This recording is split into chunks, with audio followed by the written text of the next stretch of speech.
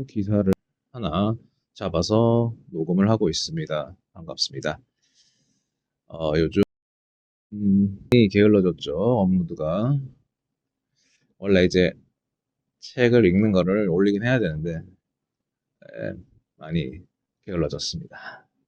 몸이 좀 안 좋아진 면이 있고 하다 보니까 일단은 계속 축적은 되고 있는데 좀 아쉽네요. 저도 스스로가. 그리고 좀 잡생각이나 이런 것도 올리면서 제가 그동안에 가졌던 생각이나 이런 것들을 조금씩 전환하는 시간도 가지고 싶은데 여러모로 계획대로 안 되는 게 참 아쉽습니다. 무엇보다도 지금 제가 다루고 있는 국제 정세 중에서 자꾸 올라오는 거는 지금 이스라엘과 그 주변 국가 그 중동 문제가 좀 여러 번 올라오고 있는데요. 계속 실시간으로 이슈가 터지고 있습니다. 어, 이제 하마스의 주 정치 지도자였던 하니에가 이란 수도 테헤란 한복판에서 암살을 당했고 이로 인해서 지금 이란 입장에서는 결국 전쟁을 어, 선포할 수밖에 없는 뭐 전쟁까지는 아니지만 일단 보복을 예고했습니다. 이제 그 구체적인 보복 의사를 밝힌 내용을 담은 기사를 참조해서 지금 이야기를 하고 있고요. 참 이 한편 그 한이가 암살당했던 그 과정 자체가 거의 어떤 최신의 영화와도 다를 바가 없는 수준인 게 한이라는 이제 주요 인사를 정밀 타격, 그러니까 정밀 암살하기 위해서 폭탄의 AI 기술을 탑재한 뒤에 어떤 이제 움직임을 파악하는 그런 기능을 탑재된 AI겠죠. 그래서 정확하게 정밀 타격을 하기 위해서 그 기술을 써서 암살을 했다고 합니다. 그렇기 때문에 수도 테헤란에서 한이에만 이제 암살을 하고 어떻게 보면은 수도 자체 이란이라는 그 국가 안에서 큰 뭐 인명 피해가 없던 거죠. 그러니까 이스라엘의 어떤 요인 암살 수준이랑 지금 하마스나 헤즈볼라 또 이란이 보여주는 공격 패턴 자체가 수준 차이가 좀 많이 나는 편이죠. 물론 이제 이스라엘도 요인들을 암살하는 과정에서 민간인 희생도 있지만 이렇게 지금 한이엘을 암살할 때처럼 그러니까 주요 인사들만 지금 암살해버리는 그런 지금 작전까지도 일어나고 있습니다. 이 과정에서 레바노트든 뭐 이란의 테헤란이든 다른 타국의 어떤 적국의 주요 심장부를 농락하는 것은 예산 일도 아닌 거죠. 현재 이란은 이제 유대교 명절인 티사 베아브 기간을 이제 보복 시점으로 예고했다고 합니다. 오늘날에는 현재 이제 8월 12, 13일이 그 명절 기간이라고 하는데요. 저 보면은 중동 전쟁이나 뭐 하마스가 그때 이제 이쪽으로 공격했던 때 어떤 명절이라던가 이제 축제 기간을 노리고 있죠. 뭐 그래도 그때가 방심하고 있는 틈이긴 한데 이번 경우는 아예 보복 예고를 했으니 뭐 어떻게 보면은 기습적인 방심을 유도한 것도 아니고 뭐 기습도 아니니까 참 이 유대교나 이슬람교 이 특유의 그 종교적인 것에 대한 굉장한 의미 부여가 좀 흥미롭다고 볼 수 있겠습니다.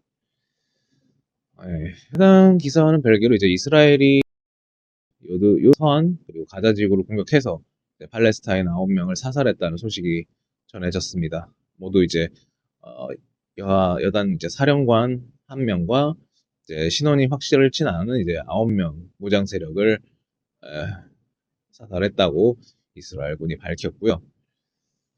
이제 중동은 이제 정쟁으로 확전이 되는 건 어떻게 보면 시간 문제죠.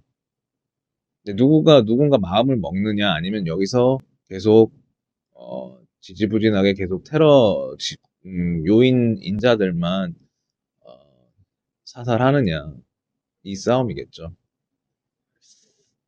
이제 이란이 이제 보복 예고를 했으니까 보여줄 수 있는 공격 방법은 이제 공습을 한다던가 아니면 국경 지역에서 하마스나 헤즈볼라 같은 이제 무장단체가 국지전을 음, 펼친다던가 이런 두 가지 정도 행동으로 보이지 않을까 싶은데, 어, 이게 유기는 명절에 이제 공습을 감행하겠지만, 뭐 아이언돔으로 유명한 이스라엘의 그 방공 시스템을 뭐 하마스는 그때 당시에는 이제 공습을 이제 뚫었지만 그때는 약간 기습 형태였고 지금은 이미 이란이 보복 예고를 한 시점에 이제 미국에서 지원을 해주기로 한 부분도 있고요.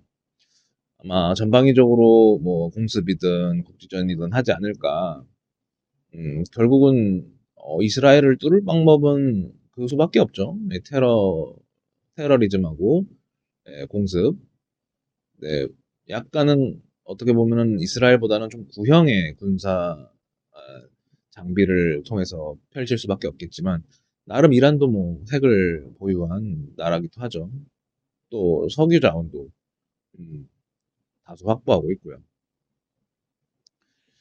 한편 이제 중동과는 조금 별개로 또 전쟁이 일어나는 곳이 있는 그 러시아와 우크라이나, 러우 전쟁은 현재 이제 우크라이나에서 옵니다. 이런 기사를 봤는데요. 그래서 장기간 전쟁의 여파로 이제 국민들도 이제 러시아 영토를 일부 넘겨주고 이제 전쟁을 좀 그만하자. 이런 쪽으로 좀 여론이 흘러가고 있다고 봅니다. 보고 있다고 합니다. 아무래도 장기적으로 흘러갔을 때 폐허가 되는 건 주요 무대가 있기 때문에 그 피해가 엄청난 거죠. 제가 일전에 이제 현대전쟁이 이제 언더독들의 군사력으로 강대국들이 쉽게 승리를 한다거나 점령하지 못한다는 내용을 쓴 바가 있는데 이제 장기전으로 가다 보니까 이제 그 국력이 쇠락하는 우크라이나의 상황 역시 견디기 힘든 거는 약속일 수밖에 없죠. 러시아는 아무래도 자원이 우크라이나보다는 훨씬 풍요로운 편이 있고 가스가 있죠. 가스 그러니까 석유 자원, 천연가스 그리고 또 이제 전쟁의 아까도 말했지만 전쟁의 무대가 우크라이나다 보니까 실질적인 피해는 지금 우크라이나가 거의 경제적으로 마비된 상태나 마찬가지죠. 네, 이제 그만큼 지금 전쟁의 두 축인 중동과 러우 이 지역이 좀 비슷한 느낌이 드는 바가 있는데 이제 다시 돌아와서 이스라엘 같은 경우 이제 이란이 보복 및 확전을 예고해도 계속 하마스와 헤즈볼라의 주요 인사를 정밀 타격으로 암살할 능력은 여전하죠. 계속 그렇게 할 거라고 봐요. 그러니까 어떤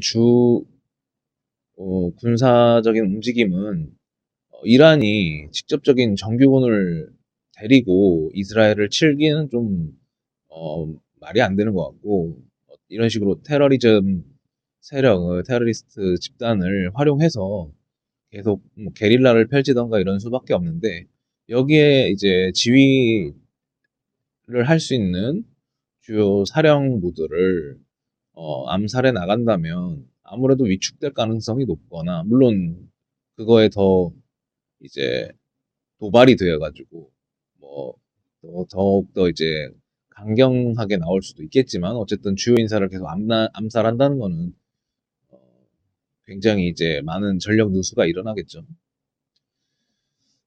그렇다고 이제 대대적으로 공습을 하자니 아이언돔과 같은 방공 시스템이 너무나 잘 자리 잡혀 있는 이스라엘 입장에서는 물론 대비를 더 잘하겠지만 효과를 거두기에는 참 이란에서도 골치가 아픈 입장입니다.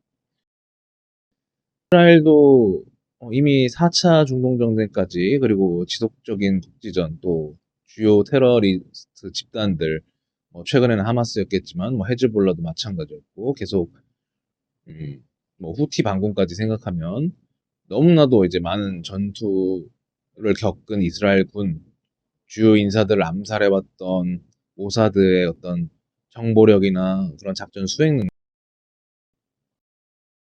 것들을 보면 이스라엘이 어떤 이그 중세계에 흘러들어온 돌 같은 외교 정권 일종의 거의 깡패 국가나 마찬가지. 워낙 군사 서방을 등에 업고 있다는 점이 굉장히 크죠. 그리고 지금 정권들을 위시하는 극우민족주의 정파가 이번 전쟁에서 물러설 조짐이 보이진 않은 것 같습니다. 그러니까 확전할 거면 해라 이지 않을까. 이미 그런 거 보면 말을 빼기에 좀 많이 늦은 감이 있으니까 좀 더 극단적으로 치우치. 지금도 이란의 뭐 보복 예고를 떠나서 계속 요인 암살을 또 요인 제거를 위해서 움직이고 있고 그렇습니다.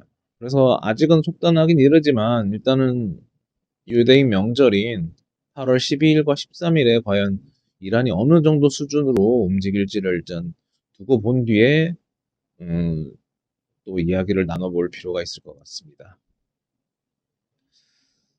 네, 이제 요즘은 국제정세 이슈만 많이 눈에 띄더라고요. 또 요즘은 올림픽이 많이 오다 보니까 제가 거의 올림픽도 하고 그래서 뭐 생각한 부분이 없습니다. 뭐 여하튼 또 좋은 기사 올라오면 참고해서 또 제 생각을 말해보도록 하겠고요. 책을 읽은 걸 통해서나 영화를 보고 이렇게 감상평을 좀 남기는 게 좋을 것 같긴 한데 어, 최근에 데드풀 올렸었죠. 이제 또 조만간에 재밌는 영화 관람하게 되면은 또 소재로 다루도록 하겠고요. 또 제가 참 아쉬운 게 이 라디오 컨텐츠를 진행하면서 항상 말하는 거지만 사연 읽기라든가 인터뷰를 어떻게든 할 수 있는 날이 오길 바라면서 일단은 오늘은 마무리하도록 하겠습니다. 감사합니다.